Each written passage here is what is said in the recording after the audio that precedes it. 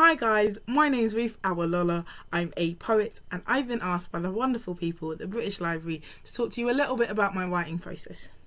Normally I'd film this video at a desk, but I've just moved house and I don't currently have one. That doesn't mean I haven't been writing. Writing is such a non-restrictive process. All you really need is a pen, a piece of paper and your imagination and you're good to go. So I'm in probably one of my favourite places to write, which is on my bed in my bedroom, because it's where I feel most comfortable. The writing process isn't just about the poem at the end, it's about the whole journey you take to getting there. So I like to make sure that I'm in comfortable surroundings, that I've also got the right mindset, and that is excited.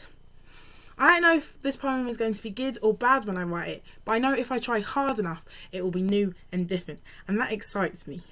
And with that, let's get straight into it. I want to show you guys my notebooks. I've got a range of different notebooks, which are a range of different sizes, so I can write wherever I am. I've got these smaller notebooks, which I like to take out with me when I'm on the go, because I know they fit right into my coat pocket. So if I have an idea during the day, I can just jot it down, or I can even do little tiny mind maps. On the other side of the size spectrum, I've got big A3 project books, where I like to write the central theme idea for a poem down and then just fill the page with every idea that I've got. You can see here that these ones are colour coded, and I think they're coded by theme, so that when I come back to write the poem from this, I can see clearly what fits into each bit. And I've got everything in between, from school exercise books to A4 project books. I've got a notebook that's going to fit into every single bag that I have, so I know that if I'm out anywhere, I've got a book that I can take with me and I can write wherever I am. I also really love writing on plain pieces of paper. So I've got some lined pieces of paper here with poems on and mind maps on. I find with single sheets of paper, if I'm not committed to the idea, or if it's something really new and I write something down and I absolutely hate it, which happens so rarely, I can just throw it away, I can recycle it and it's gone forever. But if I like it, I can then write up one of these poems into what I like to call a neat book.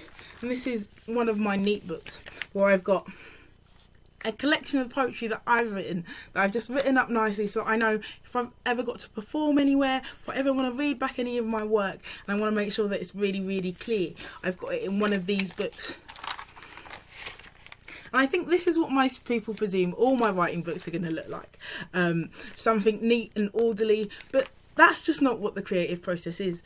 For every one of these books where I've got poems written up neatly, I've got 10 of these books where I've just got... I'm not even sure if you can tell there's a poem on this page. I've just got words filling the entire page. And I think this really demonstrates what the creative process is most like for me. You can see, I think I've written the initial poem here. There's lines crossing out. I think I started this poem and then I read it back and I was like, I'm not happy with that beginning. So I went back and I wrote in the header here a whole new beginning. There are words all up and down the margin from where I had new ideas and I thought this has got to go in the poem. And it doesn't matter that this page is messy, because I can just write it up again like I showed you guys in that other book.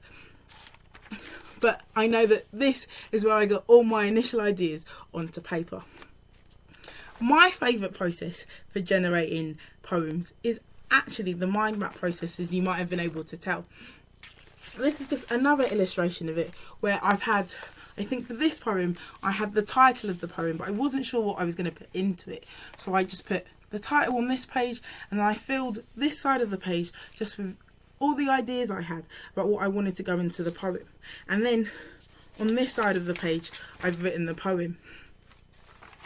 And I've gone on to perform this poem many times, and it all started from this mind map just here. On a loose sheet of paper is actually the mind map for my poem Superpowers, which is in Rising Stars, New Young Voices in Poetry.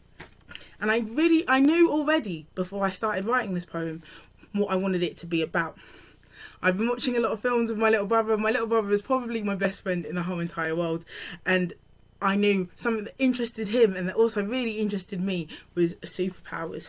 So I started and I put superpowers in the middle of the page, and then I thought to myself, I had two questions. I had, what are the different types of superpowers, which I've done down here in this little section, and what is the aim of superpowers. So I thought back to all the content that I'd watched or read, and I thought, why have people got powers? What is their aim and their purpose? And I wrote, these are the ideas I had. I had defeat the bad guys, save the world, make things better, get the keys to the city, and get the girl or boy.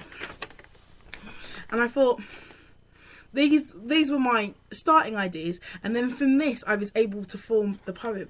And I think the first stanza goes like this: my little brother loves superheroes, he wants to change the world, get the keys to the city and save the girl. So I was able to highlight all the ones that eventually made it into the poem. And down here, the highlighted ones are the different types of powers, and each of the different types of powers forms a stanza in that poem. So without this mind map, I don't think I would have been able to write that poem. So I want us to write a poem together.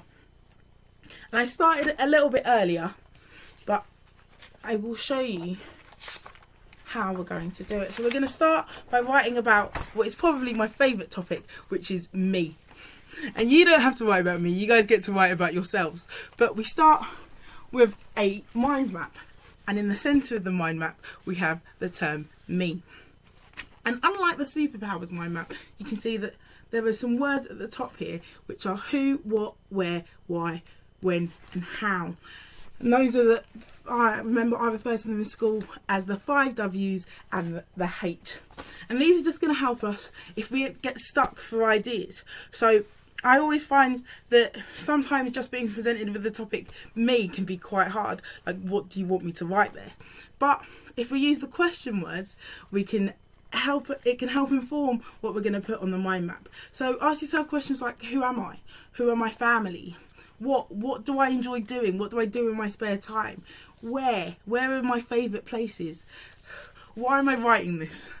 This is always a fun one. And when's my favourite time of day? When's my favourite season of the year? How do people describe me? So just spend some time filling out this mind map, asking yourself some questions about yourself. I did it earlier, and this is what I've come up with. So I have the me in the middle, the question words at the top. I've got some of the TV programmes I like, the football team I support. I've got my 2 brothers. I've got an older brother and a younger brother. It says loud, kind and funny here, which is how I think my friends would describe me. I love the park because I like watching the trees. And then I thought, why would I be writing this? And probably the reason I write poetry is because my teachers told me I could write poetry.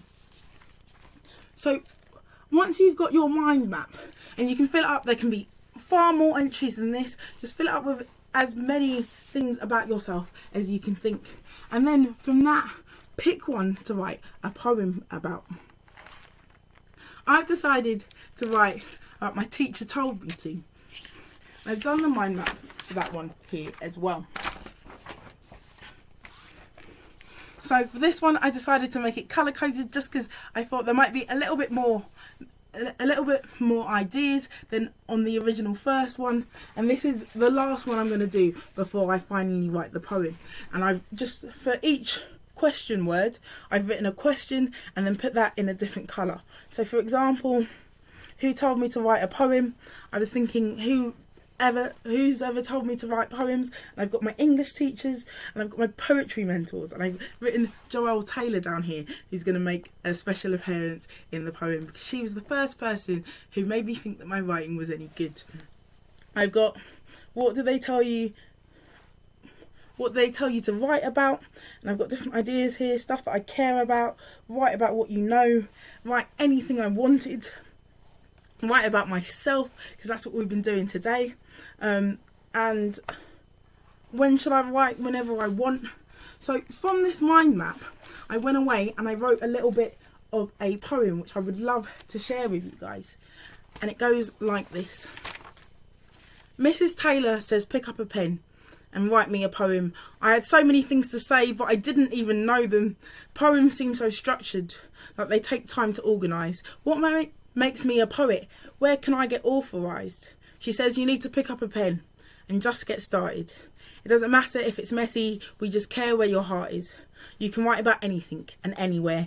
Write about Spain, Senegal, about space. Write at school, in your bed and on the train. Write about love, write about hope, write about pain. Write about the sun and the wind and the rain. Write about anything. Just tell me what's in your brain.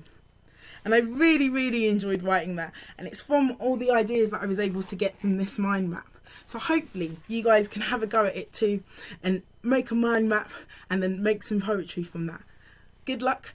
Thank you for listening.